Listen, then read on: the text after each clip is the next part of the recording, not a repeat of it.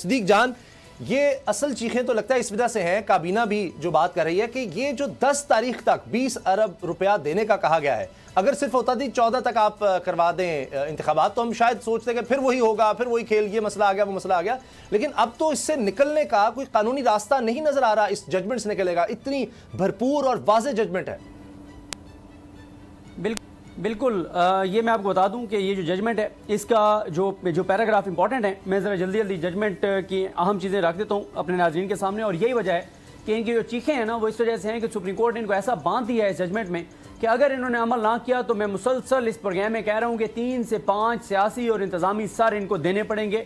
Supreme court اپنے احکامات پر عمل کروائے گی، اور جتنا سخت یہ فیصلہ ہے اس میں کوئی بھی آپشن نہیں چھوڑا سپریم کورٹ نے ان کے لیے، کیونکہ سپریم کورٹ کی ان کی بدنیت ہی نظر آ رہی تھی۔ سپریم کورٹ نے ان کو ٹائم دیا کہ آپ بات چیت کریں، پولیٹیکل ڈائیلاگ کریں، کوئی تاریخ دے دیں، اور ساتھ ہی سپریم کورٹ نے کہا کہ ہم شاید آپ کو ٹائم دے دیتے اگر آپ کی نیک نیت ہی نظر آ رہی ہوتی، لیکن آپ تو 8 اکتوبر کو بھی الیکشن نہیں کروائیں گے، اس لیے سپریم کورٹ آف پاکستان نے 14 مئی کی تاریخ دی ہے۔ دیکھیں اس میں جو پیراگراف نمبر 1 ہے اس میں تو سپریم کورٹ نے واضح کہہ دیا کہ الیکشن کمیشن آف پاکستان کا جو آرڈر ہے 22 مارچ کا، اس کی کوئی ان کے پاس آئینی اختیار نہیں تھا، قانونی اختیار نہیں تھا، کوئی دائرہ اختیار نہیں تھا۔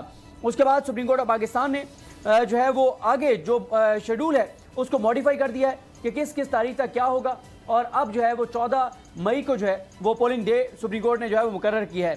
اس کے بعد سپریم کورٹ آف پاکستان نے جو ہے وہ جو اصل جو پیراگراف ہے نا وہ امپورٹنٹ، وہ پیراگراف نمبر 5 ہے۔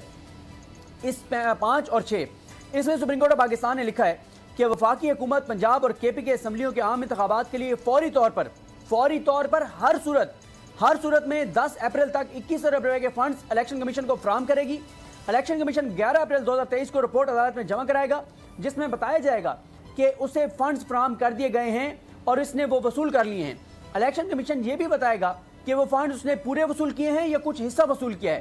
الیکشن کمیشن کی وہ رپورٹ اس بینچ کے رکن ججز کے سامنے ان کے چیمبرز میں پیش کی جائے گی تاکہ وہ اس کا جائزہ لے سکیں، اور اگر یہ فنڈز فراہم نہ کیے گئے یا اس میں کمی ہوئی تو اس کے اثرات ہوں گے۔ ایسی صورتحال میں متعلقہ شخص یا اتھارٹی کو یہ عدالت احکامات بھی جاری کر سکتی ہے۔ پہلے مرحلے میں الیکشن کمیشن پنجاب اسمبلی کے عام انتخابات ان فنڈز کو استعمال کرنے کا مجاز ہوگا، اور اس کے بعد کے پی کے اسمبلی کے عام انتخابات کے حوالے سے کوئی کمی ہوئی تو الیکشن کمیشن اس عدالت کے سامنے رکھ سکتا ہے تاکہ عدالت اس کا جائزہ لے کر مناسب احکامات جاری کرے۔ اگلا جو پیراگراف ہے اس میں جو نگران حکومت ہے پنجاب کی اور جو چیف سیکرٹری ہیں، آئی جی پنجاب ہیں، ان کو کہا گیا کہ 10 اپریل تک ایسا پلان فراہم کرنا الیکشن کمیشن کو جو اسے قابل قبول ہو، اور اس پلان میں وہ عام انتخابات کے لیے انتخابی ڈیوٹی اور سیکورٹی کے لیے مناسب افرادی قوت فراہم کریں گے۔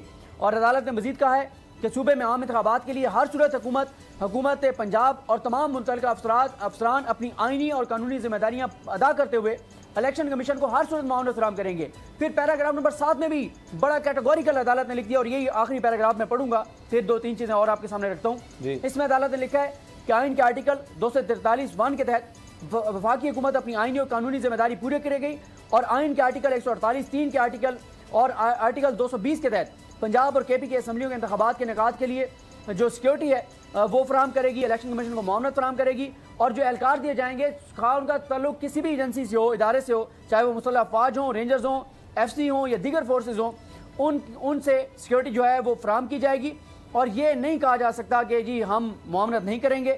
اور اگر سپریم کورٹ نے پھر پیراگراف نمبر 8 میں بھی لکھ دیا ہے کہ اگر کوئی اتھارٹی، کوئی ایگزیکٹو اتھارٹی تعاون نہیں کرے گی تو سپریم کورٹ کو بتایا جائے گا اور سپریم کورٹ اس کے اوپر آرڈرز کرے گی، تو یہ واضح طور پر کنٹیمپٹ آف کورٹ ہوگا اور سپریم کورٹ ڈائریکشن دے گی، عہدوں سے ہٹنا پڑے گا ان کو۔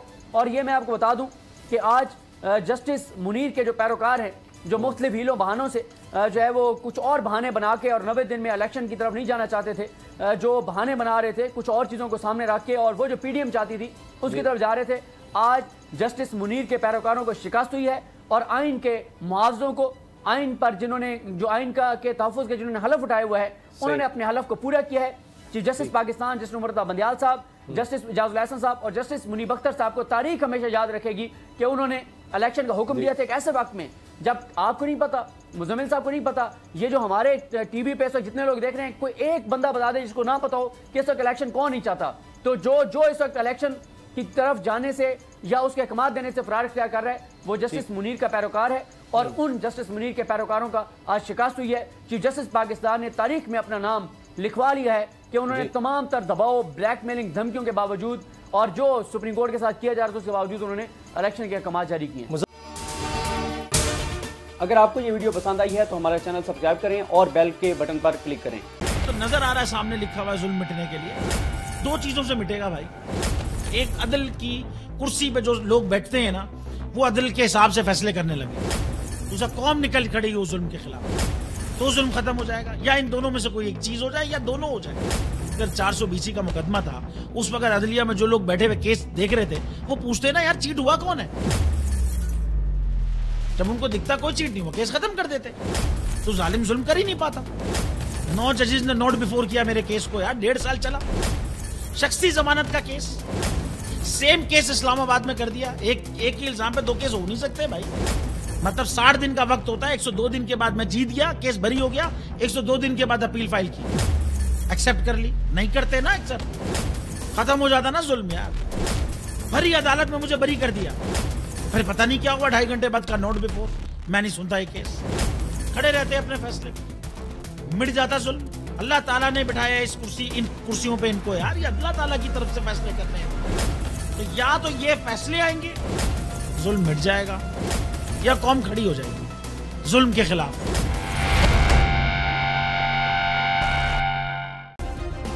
سبسکرائب کریں اور بیل دبائیں تاکہ کوئی خبر رہ نہ جائے.